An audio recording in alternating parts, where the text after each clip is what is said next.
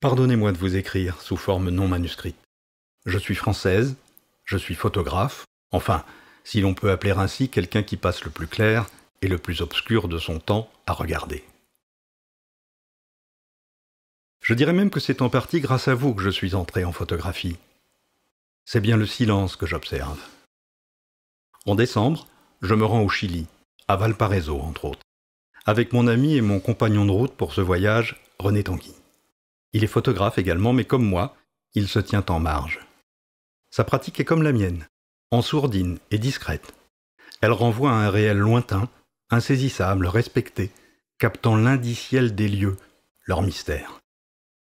Un océan nous sépare, aussi j'imagine très bien que la poste ne pourra pas nous avertir de votre réponse avant notre départ.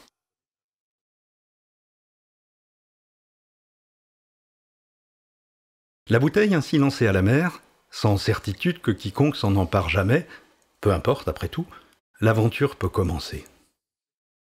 Le voyage a débuté dans cette lettre de la fin de l'automne 2010 qu'Annelise Broyer adresse à Sergio Larraín. Valparaiso, l'obscurité, le mystère, l'océan, le silence, les mots. Tout est déjà là. Concentré dans ces quelques lignes, il ne reste plus qu'à aller les chercher.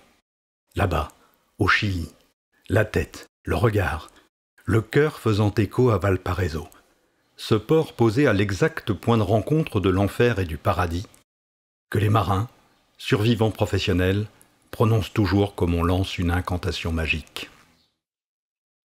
La perspective de la tribulation est encore plus impressionnante quand on se place sous la tutelle d'un grand naufragé volontaire de la photographie. Car au début des années 70, Larraín, sans pour autant fermer les yeux, décide de ne plus braquer d'objectifs, ou si peu, sur ses contemporains. Pour ne pas cautionner Pinochet, le commerce, pour ne pas tuer la poésie qui l'emporte.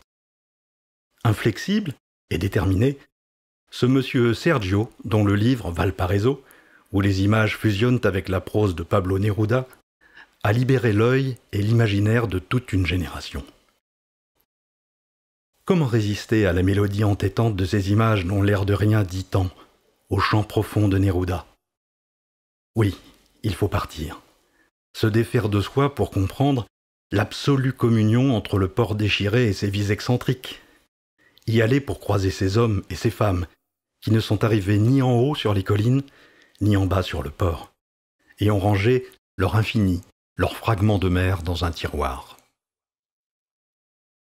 Pendant l'automne, à ce moment où dans l'hémisphère sud le soleil accable le nord du Chili, et les brumes glacées du sud dévalent les montagnes pour ensorceler Punta Arenas ou le détroit de Magellan, Valparaiso appelle une nouvelle fois Annelise Broyer et René Tanguy. L'une a en tête le bambin qu'aucune mère ne laisse derrière elle sans remords, l'autre est orphelin d'un père qui, juste avant le départ, a disparu. Encombré de chagrin et de fantômes, les bagages sont lourds. Mais le sourire juvénile et ce dernier souffle les enjoignent de tailler la route. Partir, comme un hommage à la vie, à la mort. Partir, pour dialoguer à trois avec Larraín, reprendre la mer pour arriver une fois encore à la ville sans pareil, cingler vers l'innocence des moments premiers. Au détour de la quête, les clins d'œil se bousculent. Les photos renvoient aux mots qui eux-mêmes réfractent des images, référence sans révérence à l'ouvrage initiatique de Neruda Larraín. Ce voyage, du monde vers le monde, du livre vers le livre, brasse un Chili à la fois fantasmé et très concret de chiens sans collier, de marins sevrés d'horizon, de sourires privés d'illusions, d'élégante beauté humaine sans le fard de l'épate. Il ne faut parfois pas plus que deux mains qui se serrent, un rideau enflant doucement à la fenêtre, une surréaliste puis Dieu sur la queue d'un paon, pour que la grâce s'installe et nous étreigne la certitude qu'un moment aussi anodin qu'essentiel a été cueilli là. En duel, en partage, deux visions se croisent, se cherchent, s'épousent, s'éloignent pour mieux se retrouver. Deux regards funambules se promènent en équilibre toujours instable sur le plus fragile des filigranes. Le Chili de Sergio Larraín, où l'histoire et la géographie se fondent dans une vibration poétique et universelle qui abolit le temps et l'espace.